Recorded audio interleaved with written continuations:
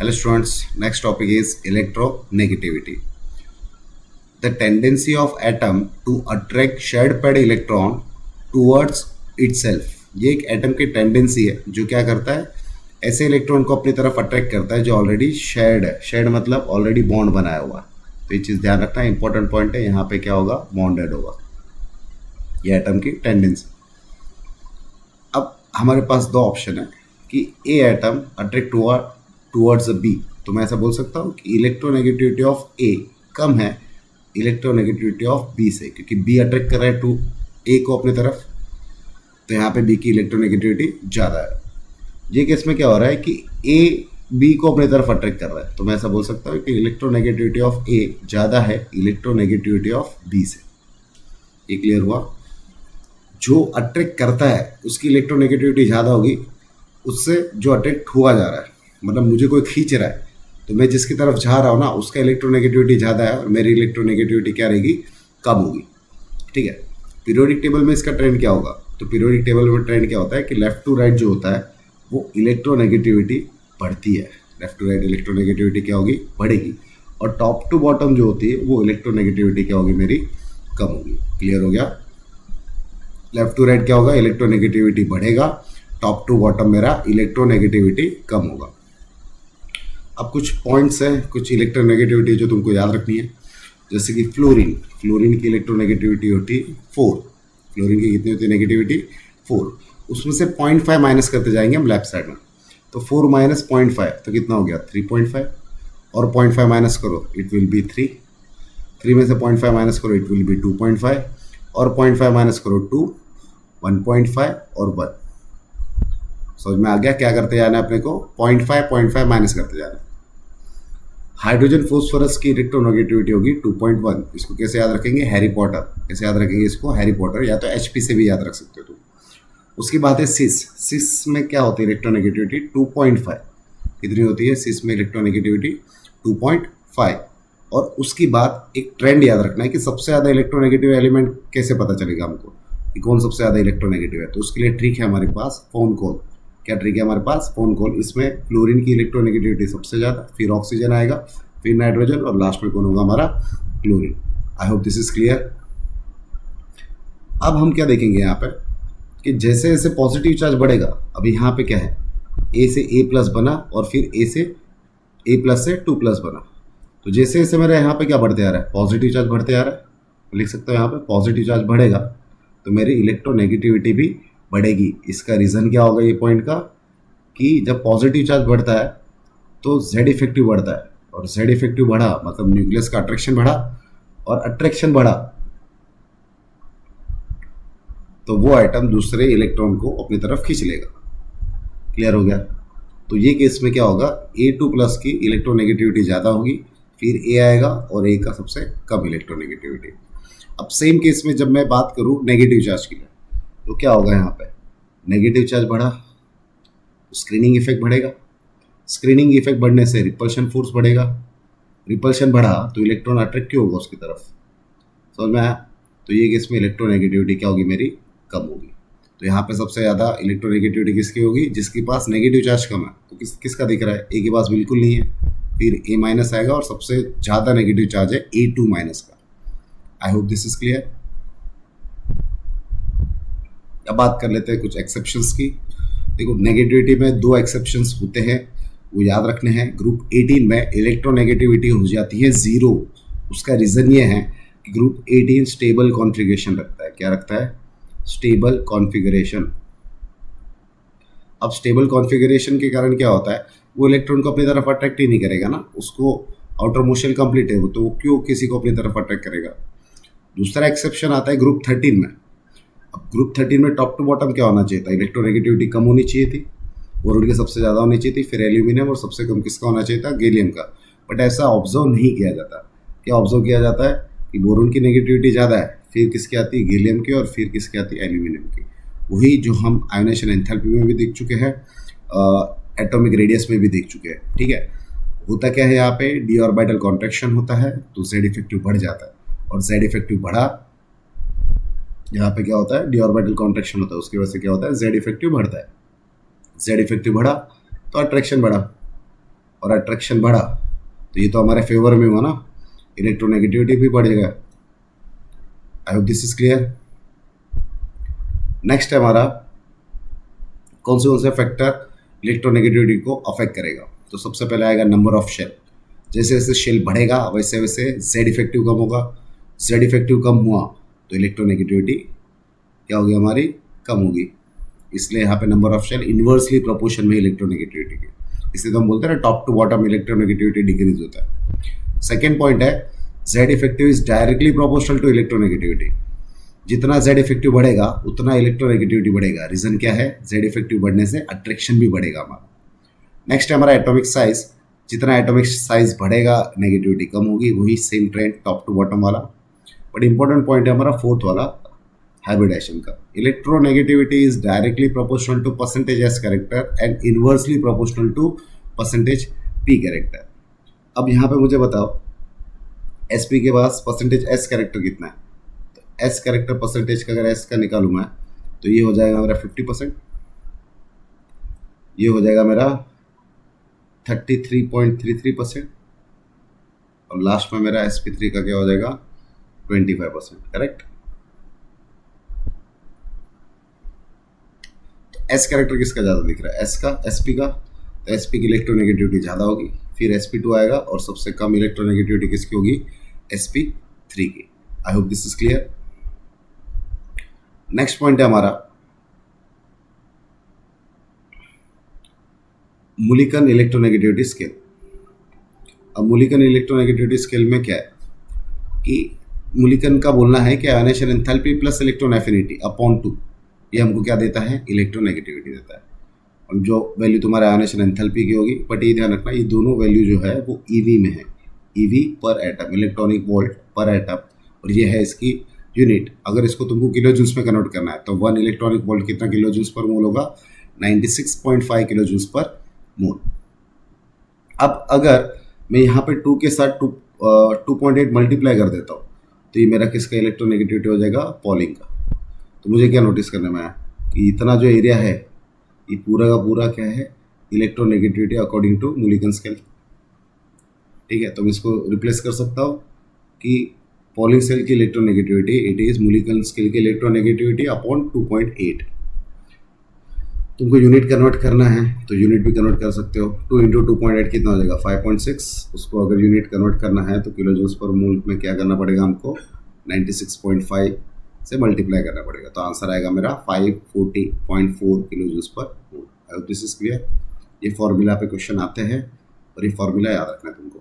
तो क्या है, मुलिकन की इलेक्ट्रोनेगेटिविटी का formula ionisation enthalpy plus electron affinity upon 2, but ये जो फॉर्मूला है ईवी के लिए। ठीक है, अगर इसमें मैं 2.8 मल्टीप्लाई कर दूंगा तो पॉलिंग का इलेक्ट्रोनेगेटिविटी आ जाएगा। तो मेरा फॉर्मूला बन जाएगा पॉलिंग का electronegativity that is ionisation enthalpy plus electron affinity upon 5.6। अब this is clear.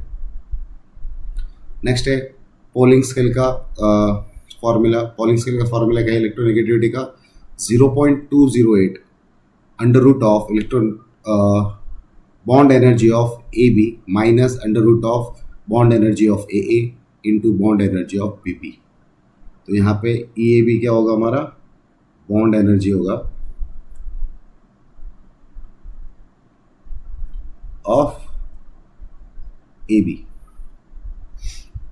E A क्या होगा, same bond energy of A A, और यहाँ पे बी बी क्या होगा, सेम बॉन्ड एनर्जी ऑफ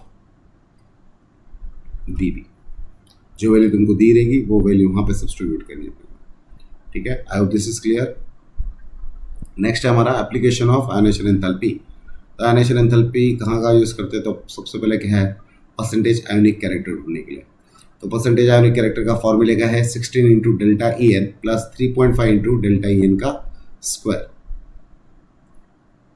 यहाँ पे ध्यान रखना it is 16 into delta E N. Delta E N मतलब क्या, फॉर एग्जाम्पल HCl का मेरे को निकालना है, HCl NaCl का निकालते हैं, NaCl का मुझे निकालना है। तो यहाँ पे सबसे पहले मेरे को डेल्टा ई एन निकालना पड़ेगा। तो डेल्टा ई एन क्या होगा मेरा, Na का क्या होता है मेरा 0.9 और क्लोरीन का होता है मेरा 3। तो 3 माइनस 0.9 क्या हो जाएगा मेरा, इट विल बी 2.1। तो यहाँ पे मेरा डेल्टा ई एन का वैल्यू क्या हो जाएगा 2.1। तो ये जो 2.1 है इसको यहाँ पे सब्स्टिट्यूट कर देना है। तो 16 इंटू क्या हो जाएगा मेरा 2.1 प्लस 3.5 इंटू 2.1 का स्क्वायर। इसको सॉल्व करेंगे तो हमको क्या मिल जाएगा, percentage ionic character. Next topic है हमारा पोलैरिटी। हम डेल्टा ई एन की हेल्प से क्या निकाल सकते हैं, पोलैरिटी भी निकाल सकते हैं। तो क्या फॉर्मूला है हमारे पास पोलैरिटी का कि डेल्टा ई एन की वैल्यू जितनी ज़्यादा होगी उतना ही वो मॉलिक्यूल ज़्यादा पोलर होगा। फॉर एग्जांपल यहाँ पे HCl की बात करते हैं, हाइड्रोजन की नेगेटिविटी होती है 2.1, क्लोरीन की होती है 3, नाइट्रोजन की होती है यहाँ पे 3, ये भी नाइट्रोजन का हो गया 3, हाइड्रोजन का होगा हमारा 2.1 और फ्लोरीन का होगा 4। तो फर्स्ट का डेल्टा ई एन आएगा हमारा 3 माइनस 2.1, तो it will be my 0.9। Nitrogen क्या हो जाएगा 0, और HF में अगर मैं निकालूँ तो 4 माइनस 2.1 क्या आएगा मेरा 1.9। तो सबसे ज़्यादा यहाँ पे डेल्टा एन का वैल्यू किसका है, HF का ना, तो HF will be more polar. ठीक है, इसका ऑर्डर लिखना है तो क्या आएगा, सबसे पहले HF आएगा, फिर HCl आएगा और फिर N2 आएगा। आई होप दिस इज क्लियर कैसे हम पोलैरिटी निकाल सकते हैं डेल्टा एन की हेल्प से। नेक्स्ट है हमारा नेचर ऑफ ऑक्साइड। अब नेचर ऑफ ऑक्साइड हमारे टोटल 5 टाइप्स के होंगे। कितने टाइप के होंगे, टोटल 5 टाइप के। फर्स्ट होगा हमारा एसिडिक ऑक्साइड। तो एसिडिक ऑक्साइड हम जनरली नॉन मेटल और ऑक्सीजन का कॉम्बिनेशन जो होता है उसको हम एसिडिक ऑक्साइड बोलते हैं। तो यहाँ पे हमने देखा हुआ है N2O5, तो N2 क्या है मेरा nitrogen, nitrogen is non metal और उसके साथ क्या है ऑक्सीजन, तो ये क्या हो गया मेरा नॉन मेटल ऑक्साइड हो गया जो एसिडिक कैरेक्टर का होता है। अब यही ऑक्साइड का अगर मैं एक्वेस सॉल्यूशन बनाऊं तो मेरा फाइनल प्रोडक्ट एसिडिक नेचर का होगा। फॉर एग्जांपल यहाँ पे N2O5 वाटर के साथ रिएक्ट कर रहा है तो मेरा प्रोडक्ट क्या बनेगा HNO3। क्या बनेगा प्रोडक्ट मेरा यहाँ पे 2HNO3। क्लियर हुआ। और HNO3 क्या है, एसिडिक एसिड है। तो मेरा पूरा सॉल्यूशन कौन से नेचर का बनेगा, एसिडिक नेचर का। SO3 प्लस वाटर तो ये बनाएगा हमारा H2SO4। अगेन H2SO4 क्या है, एसिड है ना। तो एसिडिक ऑक्साइड क्या होता है, ऐसे ऑक्साइड जिसका मैं हाइड्रोलिसिस कराता और प्रोडक्ट मुझे अगर एसिड मिले तो ऐसे ऑक्साइड को हम क्या बोलेंगे, एसिडिक ऑक्साइड। सेम तरीके से हमारा बेसिक ऑक्साइड। तो बेसिक ऑक्साइड क्या होगा, ऐसे ऑक्साइड जिसका मैं हाइड्रोलिसिस कराता हूँ और मेरा फाइनल प्रोडक्ट क्या बने, बेस बने, तो ऐसे ऑक्साइड को हम क्या बोलते हैं, बेसिक ऑक्साइड। मोस्टली तुमको बेसिक ऑक्साइड ग्रुप 1 और ग्रुप 2 के मिलते हैं क्योंकि मेटल जो है वो बेसिक नेचर का रहेगा, इतना तुमको याद रखना। तो Na2O प्लस वाटर क्या बनाएगा यहाँ पे 2NaOH। तो NaOH क्या हमारा बेस है। तो जो सॉल्यूशन बना मेरा बेसिक ऑक्साइड का सॉल्यूशन बना। MgO मैग्नीशियम ऑक्साइड जब वाटर के साथ रिएक्ट करेगा तो ये क्या बनाएगा MgOH ट्वाइस। अगेन ये क्या बन गया मेरा बेस बन गया। तो ये तुमको याद रखना है। Of this is clear. Next है हमारा न्यूट्रल ऑक्साइड। न्यूट्रल ऑक्साइड को हमको याद रखने का एक ट्रिक है। तो ट्रिक क्या है, नो N2O को H2O। क्या है ट्रिक, नो N2O को H2O। ये याद रखो, इतने ही न्यूट्रल ऑक्साइड है।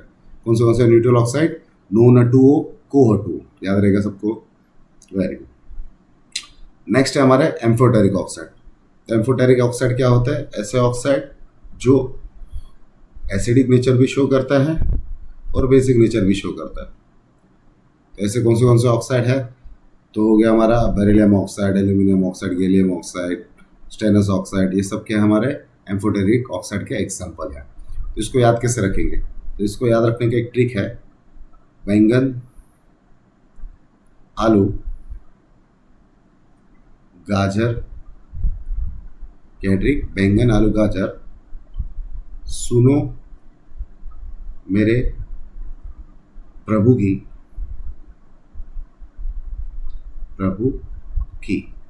क्या ट्रिक मेरा यहाँ तक, बैंगन, आलू, गाजर, सुनो मेरे प्रभु की, वरना ऐसे ही सब बिना टेस्ट जिएंगे।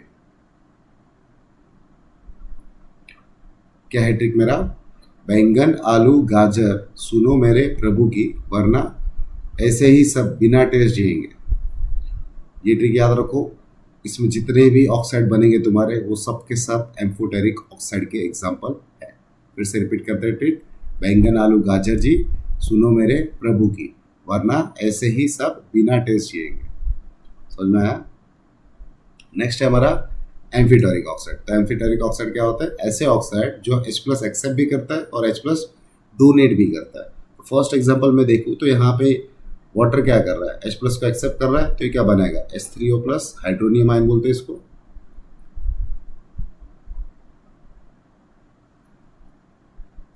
अब याद रखना एम्फीटेरिक ऑक्साइड में water is the best example जो H प्लस को एक्सेप्ट भी करता है और डोनेट भी करता है। सेकेंड एग्जांपल जो है जिसमें H प्लस डोनेट हो रहा है, जैसे वाटर है डिसोशिएट होकर बन जाएगा OH माइनस और H प्लस डोनेट करेगा वो। तो यहाँ पे H प्लस क्या हो रहा है मेरा? डोनेट हो रहा है ना, और यहाँ पे H प्लस क्या हो रहा है? एक्सेप्ट हो रहा है। आई hope this is clear. Next topic है हमारा एसिडिक स्ट्रेंथ। तो लेफ्ट टू राइट क्या होता है? नॉन मेटालिक कैरेक्टर बढ़ेगा तो एसिडिक स्ट्रेंथ भी क्या होगी मेरी? बढ़ेगी। मैंने अभी ऊपर ही बताया कि नॉन मेटल मोस्टली क्या होते हैं? एसिडिक कैरेक्टर वाले होते हैं जो एसिडिक स्ट्रेंथ रखता है। टॉप टू बॉटम क्या होता है? नॉन मेटालिक कैरेक्टर कम होता है तो एसिडिक स्ट्रेंथ भी क्या होगी हमारी? कम होगी। बट यहाँ पे एक एक्सेप्शन है, ध्यान रखना है यहाँ पे कि जब मैं बात करता हूँ H3PO2 की, तो H3PO2 का एसिडिक स्ट्रेंथ ज़्यादा होगा H3PO3 से, और HPPO4 का एसिडिक स्ट्रेंथ कम होगा। इसका रीज़न क्या है? Due to resonance. क्या रीज़न है इसका? Due to resonance. तो मोर एसिडिक कौन होगा? H3PO2, और उसके बाद कौन होगा? H3PO3, और सबसे कम एसिडिक कौन होगा? H3PO4। I hope this is clear. Next है हमारा ऑक्साइड्स ऑफ सेम मेटल। अब एसिडिक स्ट्रेंथ सेम मेटल की कैसे रहेगी? तो यहाँ पे क्या है? It is acidic strength is directly proportional to oxidation number. जिसका ऑक्सीडेशन नंबर सबसे ज़्यादा होगा उसके एसिडिक स्ट्रेंथ ज़्यादा होगा। फॉर एग्जांपल यहाँ पे सल्फर का ऑक्सीडेशन नंबर आएगा +4, और यहाँ पे सल्फर का ऑक्सीडेशन नंबर आएगा +6। तो किसका एसिडिक स्ट्रेंथ ज़्यादा होगा? SO3 का। ये सेम चीज़ ऊपर नहीं है, याद रखना है। ये एग्जाम्पल तुमको अच्छे से याद रखना है कि H3PO2, H3PO3 और H3PO4 में एसिडिक स्ट्रेंथ किसकी ज़्यादा होगी? H3PO2 की, ड्यू टू रेजोनेंस। नेक्स्ट है हमारा acidic strength in oxo acid. Same rule, जितना ऑक्सीडेशन नंबर ज़्यादा उतना एसिडिक स्ट्रेंथ ज़्यादा। यहाँ पे ऑक्सीडेशन नंबर आएगा 4 to 8 - 1 +7। यहाँ पे आएगा +6, 3 to 6 +5 आएगा। क्या आएगा? यहाँ पे आएगा हमारा +3, और यहाँ पे आएगा हमारा +1। तो ऑक्सीडेशन नंबर किसका ज़्यादा है? HClO4 का, तो उसकी एसिडिक स्ट्रेंथ सबसे ज़्यादा होगी। नेक्स्ट हमारा H2SO4 और H2SO3। तो यहाँ पे सल्फर का ऑक्सीडेशन नंबर आएगा +6, यहाँ पे सल्फर का ऑक्सीडेशन आएगा 3 to 6, 6 - 2 +4। तो किसका एसिडिक स्ट्रेंथ ज़्यादा होगा? H2SO4 का। आई hope this is clear.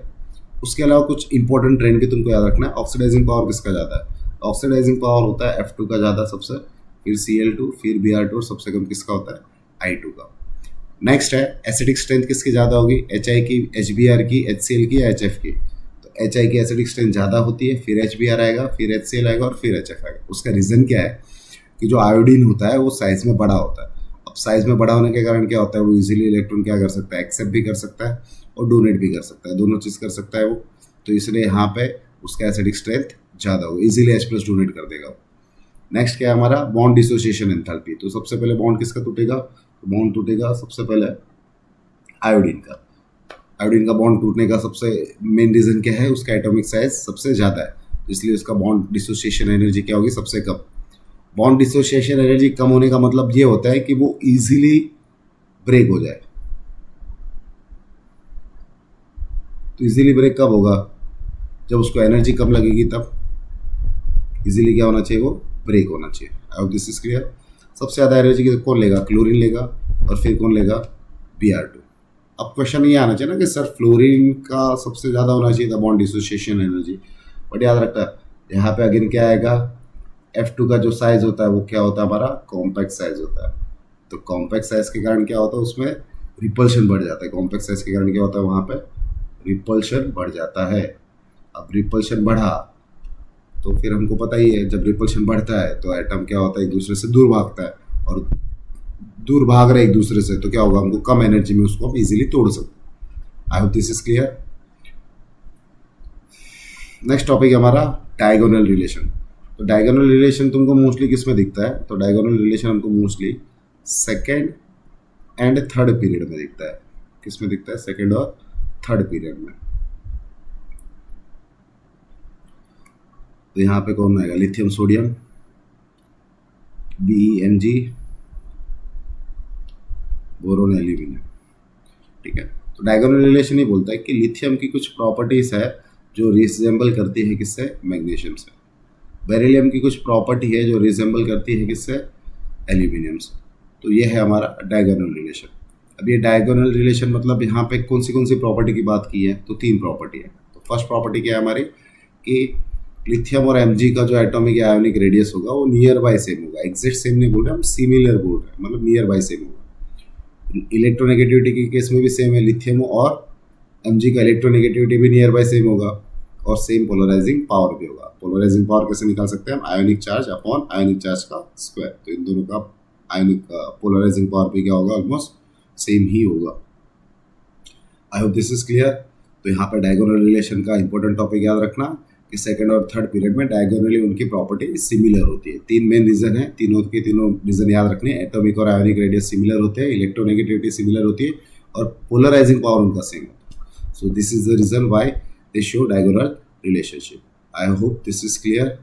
Thank you.